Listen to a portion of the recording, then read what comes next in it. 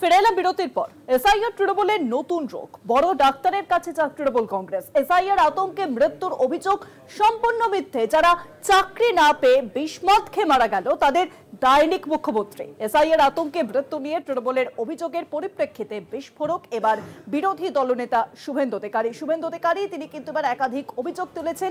SIR তৃণমূলের নতুন রোগ বলে অভিযোগ তুলেছেন। বড় ডাক্তারের কাছে যাক তৃণমূল কংগ্রেস। আজ সাংবাদিক বৈঠক থেকে কি বলেছেন বিরোধী দলনেতা শুভেন্দু অধিকারী শোনাবো আপনাদেরকে। 12টা স্টেটে আর ইউনিয়ন টেরিটরিতে হচ্ছে, কোথাও কেউ আত্মহত্যা করছে। ওনাদের এখানে আত্মহত্যার এক ব্যামো চেপে বসেছে।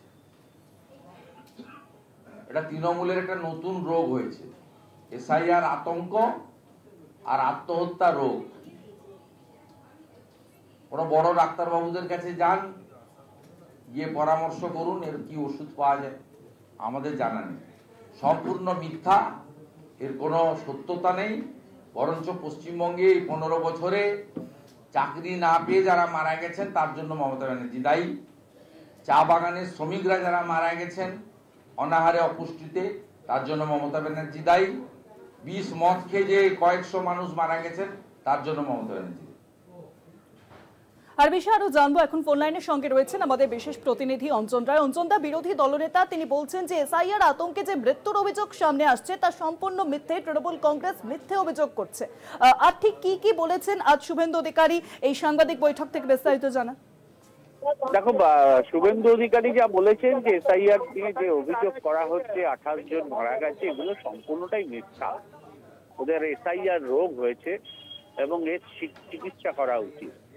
এবং তার মতে হচ্ছে তৃণমূলের এখন প্রধান ব্যামো হচ্ছে এসআইআর। তারা বুঝতে পারছেন এসআইআর এর ফলে তাদের ভোটার তালিকায় তাদের তৈরি করা মৃত নাম বা অন্যত্র নাম যেভাবে ঢোকানো ছিল তা বাতিল হচ্ছে, ফলে তারা আতঙ্কিত। সেই কারণেই তারা এসআইআর এর এই মুহূর্তে যে কোনো মৃত্যু হচ্ছে তাকে এসআইআর এর নামে চালিয়ে দিচ্ছেন। তাই তার চিকিৎসার জন্য তিনি আবেদন করেছেন। যদি চিকিৎসকের ঘাটতি পড়ে সেক্ষেত্রে শুভেন্দু অধিকারীর সঙ্গে যোগাযোগ করলে তিনি প্রয়োজনীয় চিকিৎসক জোগাড় করে দেবেন। অর্থাৎ কার্যত মুখ্যমন্ত্রীর যে পোস্ট তাকে হ্যাটা করেছেন বলতে পারো, এবং সম্পূর্ণ অস্বীকার করেছেন এটা যে সম্পূর্ণ মিথ্যা। এটা